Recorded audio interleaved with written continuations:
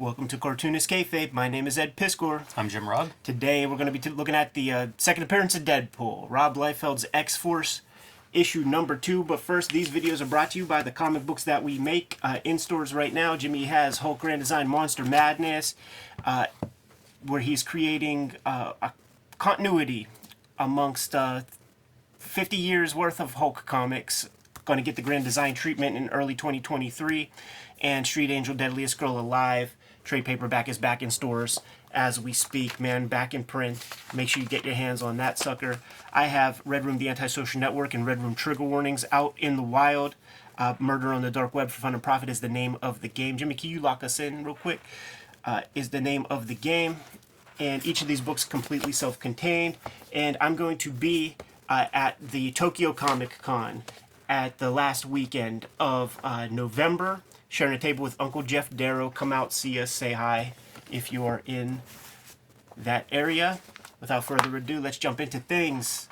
Jimmy, X-Force number 2. You know, off the bat, man, I think we fucked up because, well, you know what? I got a pen right here, and I think the tracing paper is down below you. I think we're going to have us a grand old time with this issue here, Jim. Near and dear to my heart, man. Second appearance of Deadpool, like I said.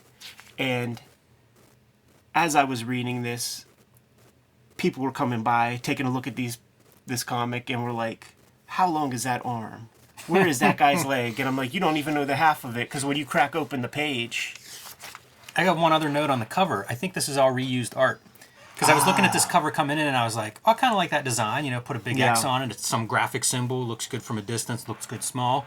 But whenever you look closer, the artwork inside here, I think, is all found artwork. I think you are right and onto something. I certainly recognize this image back there in this Cable and Domino corresponds with that. So cool that you said that, because I was imagining Rob Liefeld like using surprints and things, and I don't see it. I can't imagine it. So that makes also, you get a good look at the this was the part that broke down Rob Liefeld artwork for me, was trying to figure out how these hatched eyes work. Absolutely, man. And it's never more abstract than in this issue. One of the things I do have to show off with this is that, like, first off, Jimmy, can you corroborate? Just hold this comic in your hand, man. Yeah, how well read is that? It's well read. This is what happens with old comics, definitely. Yeah, well done. Hey, one more note before we dive in. Jim Lee on the Punisher video game art. Not the only Jim Lee Punisher video game art. It's true. I don't know how big that is for him career-wise, but I mean, like, these video game art ads were ubiquitous. Straight up. You know, like, they would be in a lot more comics than the Jim Lee art, you know, drawn comic. Yeah. And I don't know if people were seeing it or not, but I always thought the ads looked really cool for these. There's at least one other pose that I remember from these ads. Yeah. And they looked good, and it was Jim Lee. So kind of cool, you know, to see Jim Lee advertising art and connected to video games. When he goes to Wildstorm, the video games are a big part of Wildstorm. And I remember when DC picks up Wildstorm and they're doing video game comics, everything I read said those video game comics were the best-selling comics of the year. Sure. But it was outside the direct market. So when they would post best-selling books of the year, they were just average books in the direct market. But overall, like, they were top-selling comic books those years. They would be at Babbage's. They would be at Suncoast Video. I remember seeing it. And that other pose that you're mentioning about the Jim Lee Punisher, that would be on the arcade cabinets too. So you're seeing Jim Lee artwork just going to the arcade. Some of his X-Men art, I don't quite in my mind's eye, I can't exactly remember who drew the cabinet art that was on the X-Men joint.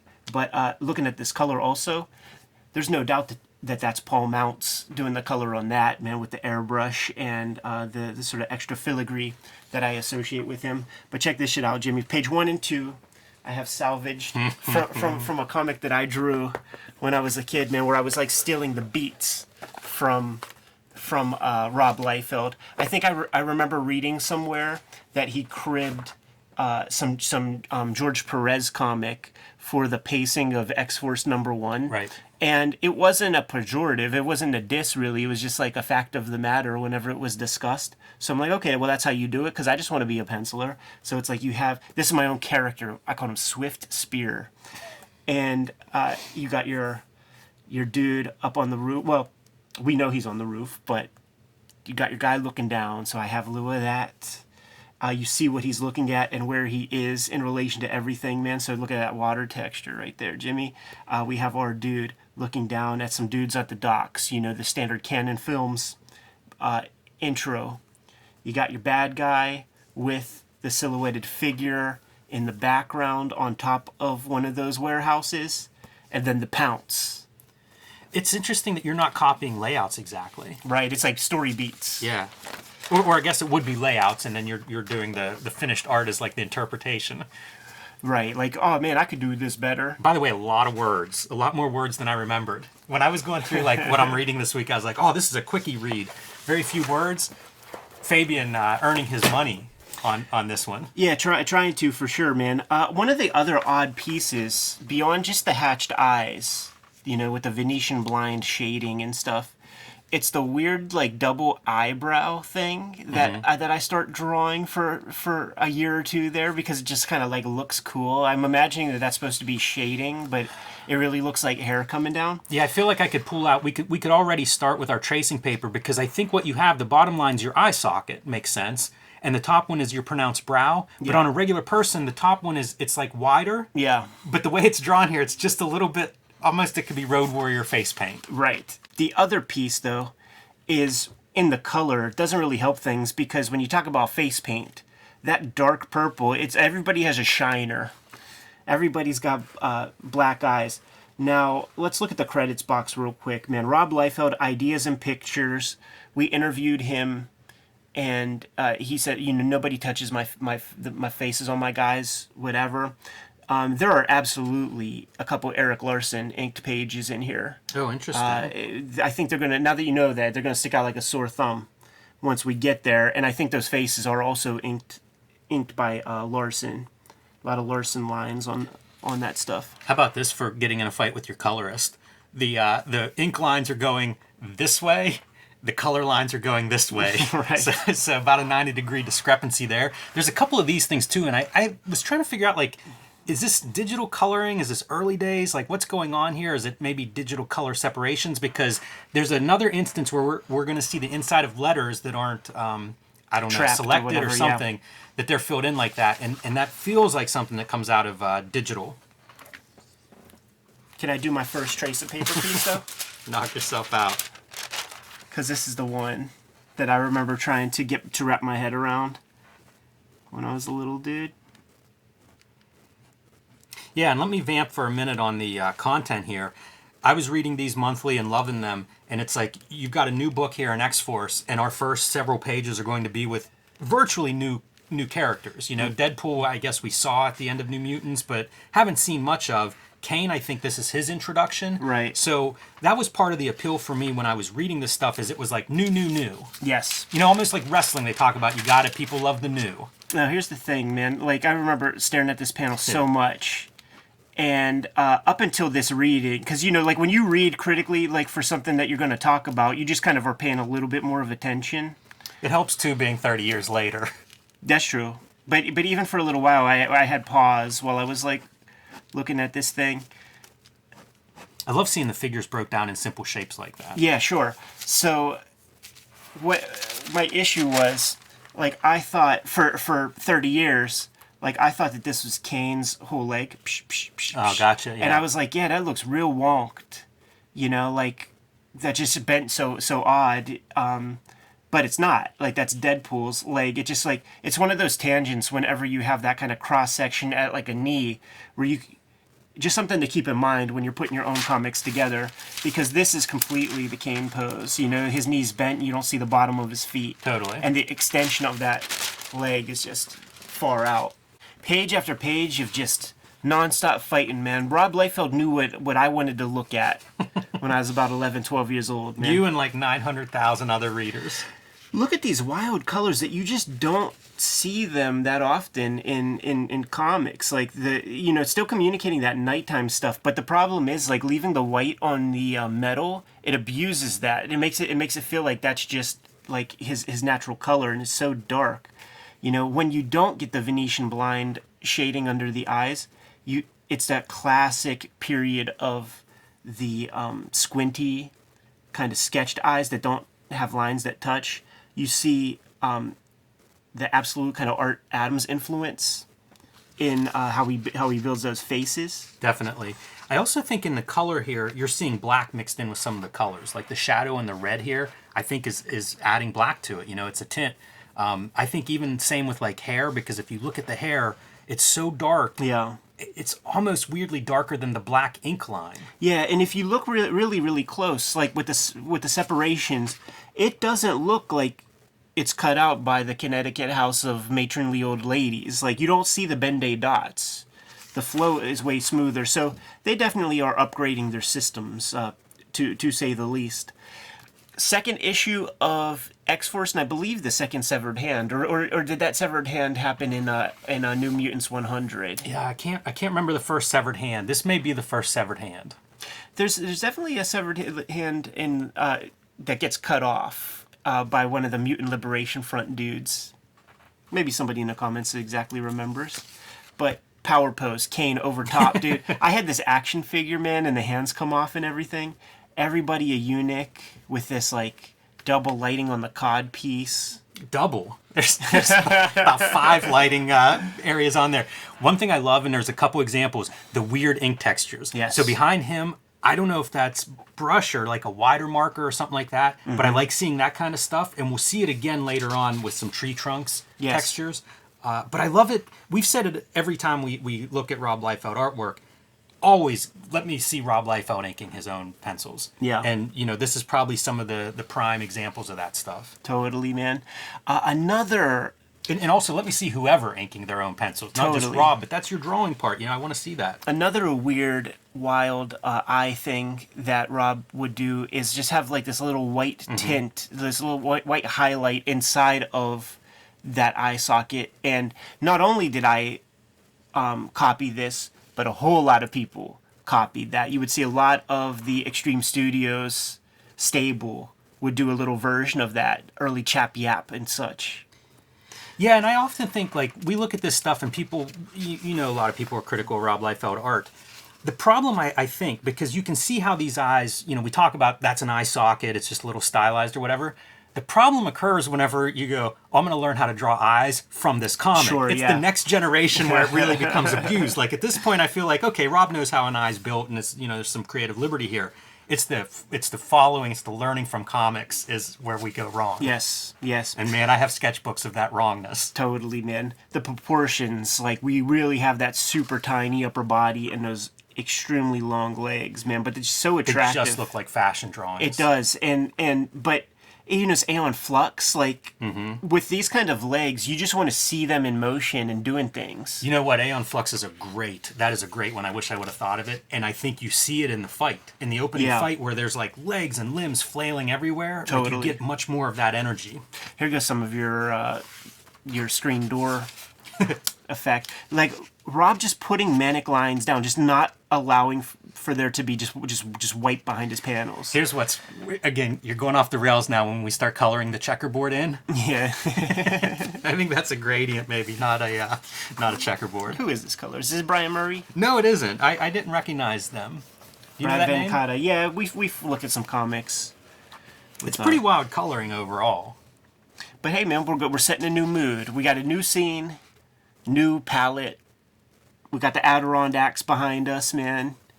And X-Force is about to do some practice. I feel like in issue 1 they just did some practice. It's kind of the same, I think. You know, this is Cable laying things down. Listen, we're practicing, but don't you dare think that I think of you guys as students. This ain't the danger room.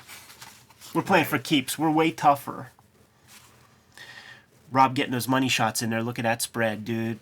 A full body Cable, full body Ferrell. I mean, I drew this Ferrell. Yes. And that's what I would do. I said it before in some of the McFarlane artist edition thing, where I was buying comics and like looking for the most full bodies because I was in that copy phase whenever you start deciding to become a cartoonist.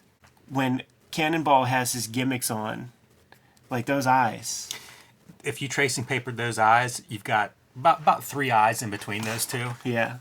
Trying to give Boom Boom some agency, some toughness, man. And Ferrell, she's the hothead. And she's a badass, but Boom Boom's gonna, you know, subdue her in some way. Those are right. These are the thick thicker lines that I was referring to earlier, and those feel full on like a chisel tip marker to me. Yeah. Yeah, this is also that thing where Rob probably started blowing up roughs, and we'll get these hatchings that are so thick and almost like the page is blown up in a way. They will refer to Feral as more animal than human later on in this, and I think that Kayfabe does a good job of that with her captions, where like she's talking about them as prey, right, and stuff. Yeah, good lettering for her dialogue also. One of those instances where a character has unique speech balloons. It's a good showing for her, because she's not a character. If you listed the X-Force characters, she might be my least that I'm interested in, and yet here we get to see her go against the team and do pretty well. She's tough design. Like the second season of X-Men toys was like the Rob Liefeld season. That's where you get your Cables and your X-Forces and stuff. I don't think they ever made her a toy, but almost everybody else in here, Domino. I don't know if there was a Boom Boom, but yeah, Boom Boom would be the other one that in my world is fighting for least interesting character on the team. Totally. I feel like now we're going to start seeing some different inks on display, like some corners being cut. Like Rob using those markers that you leave that tip down on the paper for a microsecond too long, you get a little dot of bleed. Yeah, and we've talked about that as being something I would even emulate. Sure. I love this face. It looks like, I remember reading about Mobius and how the pen tips would wear and then his lines would get heavier. Yeah. And it feels like that for the hatching of that face. So totally. If you're going Savage, to me those lines work real well. They feel more inked. It's definitely like a piece like this in Understanding Comics whenever Scott McCloud is kind of breaking down the vibe of the style and talking about like the youthful energy. Shatterstar, fighting is what you do, killing is what I am. Shakespeare said that once. Yeah, I think so. We're starting to get into those like wild pieces, man. We're like, let's put 5 characters in a super tiny panel. Something about this panel like always struck me. It's a very like melodramatic spit take or something. Yeah, there are parts in this that are it feels like editors are keeping certain R-rated violence from being too explicit. Right, like maybe this is a paste up, like blown up. That's one, and then this is one, because I think what's happening here is Cable is shooting Feral, like twice with tranquilizers or something. No discharge from the gun. There's no apparent play. This is the magic bullet of comics. You're right. You're right, because I feel like Rob doesn't even draw, like he puts those lines on the arm, so that might even be some, what do you call it, man? Some remeterators? Yeah, definitely. Because it just doesn't add up. Like we're missing something in that panel, and I think that's maybe a correction of like, we can't have somebody shooting, good guys shooting good guys point blank. More of this wild color. Color's very strange in a few of these places. See, we're building toward the Brian Murray issue. Yes. And again, I kind of like that. Sure. It's so bizarre. Yeah, it's its own thing. You know, like this super saturated green with these like dark purple. Shatterstar's visor has like weird browns and stuff on it. Now flip that page, man, and tell me who inked this page. Look at that. I'm with you. Look at that. That's 100%. That looks totally like Eric Larson. Yeah, and I think both of these pages. Pretty cool. This even looks like the Eric Larson from the Spider-Man era that follows McFarlane. So it would have been like a few, maybe months after this issue that Larson's doing Spider-Man and using these kinds of screen tones on it. Yeah. Yeah, and this is. I think you're completely right. Yeah, this is inked by Larson too. Like when he has those like 3-point perspectives. I agree with you. I mean, both of these whole pages. Wonder where this is done. You know what? I like this team. Like if Larson was the regular anchor on Liefeld in this era, I'd have been on board. I think. Yeah. He a little bit of cartoon and a little bit more solid forms, I think, is what he's bringing to this. It's true. I think he will be a credited inker in a future issue. It's really interesting. And I think that he's on this one too, but it's a little less obvious to me. There's a little less to work with. It's consistent. I think you're right, and I think it's all him. You see that screen tone again that I mentioned, which we don't see elsewhere. Some of the Kirby Crackle stuff. I think you're right. This is very much an Art Adams built kind of face structure thing. Yeah, definitely. With the sort of shadow on the receding teeth like that. The way those eyes are built in the two annuals, the New Mutants annual and the X-Men annual, where they go to Asgard. You see a lot of that Do you think the L boys are responsible for that boom lettering? That looks workmanish almost, doesn't it? Like, and we know what It looks very Larson line. Larson, yeah, like what Larson thinks of that kind of thing. So I think you're onto something with that.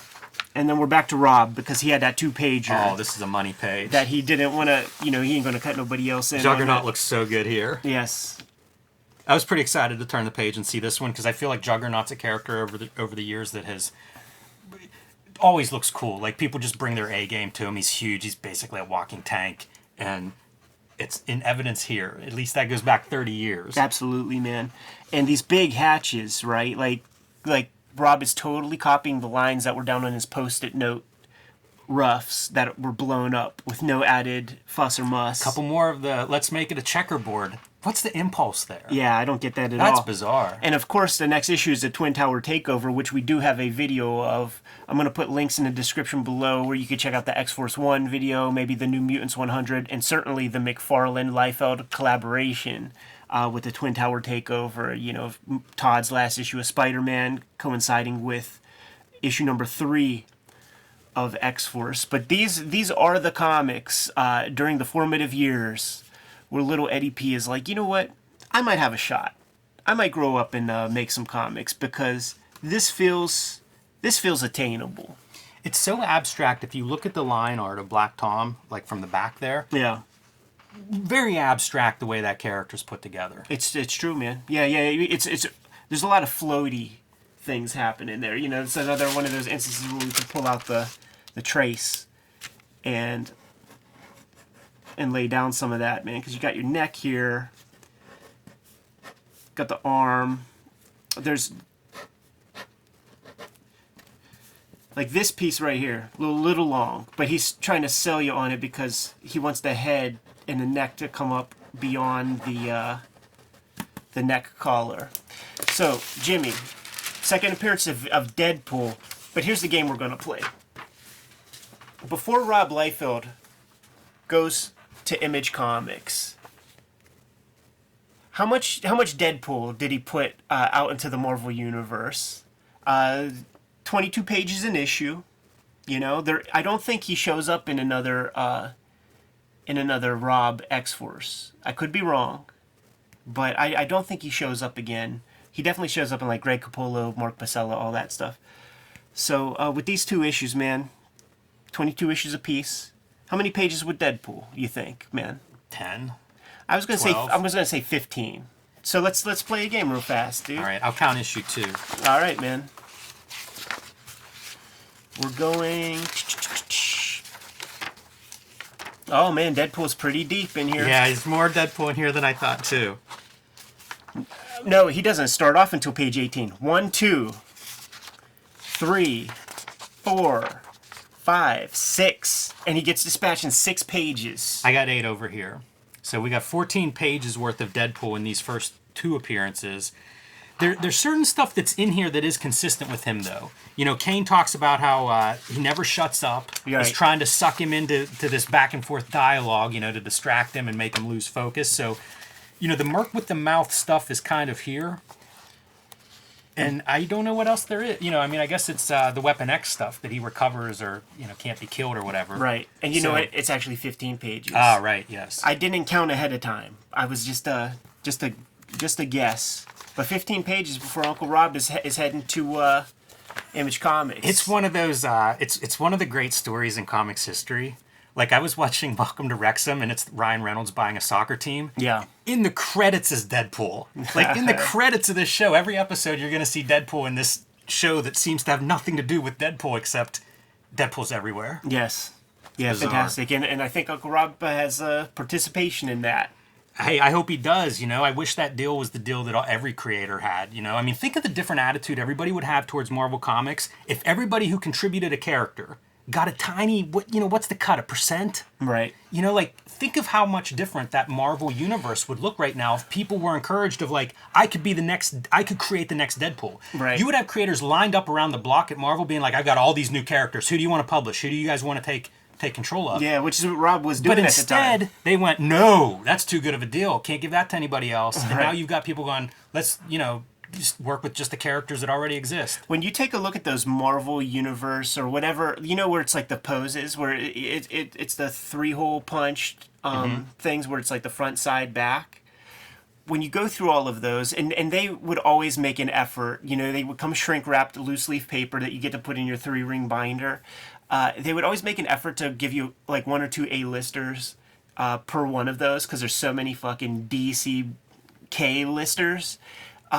You always could tell what the Kirby's are. Like, it's just natural. Yeah. Like, there's just such a intelligence to the design in terms of color and everything, and you can see like what all the off-brand bullshit, because it's uninspired, and the creators, like, they know what happened to Kirby, so they're not like really putting forth the biggest effort to come up with something amazing. They're just like whatever, because, you know, it is what it is. But yeah, Deadpool, second appearance, X-Force #2, super fun. Good to go, Jim? Yes. Kayfabers, like, follow, subscribe to the YouTube channel, hit the bell. We'll notify you when new vids are available. Jimmy, tell the people what's out there, man. Hulk Grand Design Monster Madness, 2 40-page issues retelling the 60-year history of the Incredible Hulk are in comic shops now, and coming in early 2023 is the treasury-size collection of Hulk Grand Design, about 40 extra pages, all oversized, remastered. Pre-order that now. Let your comic shop know that you want a copy so Marvel knows how many to print.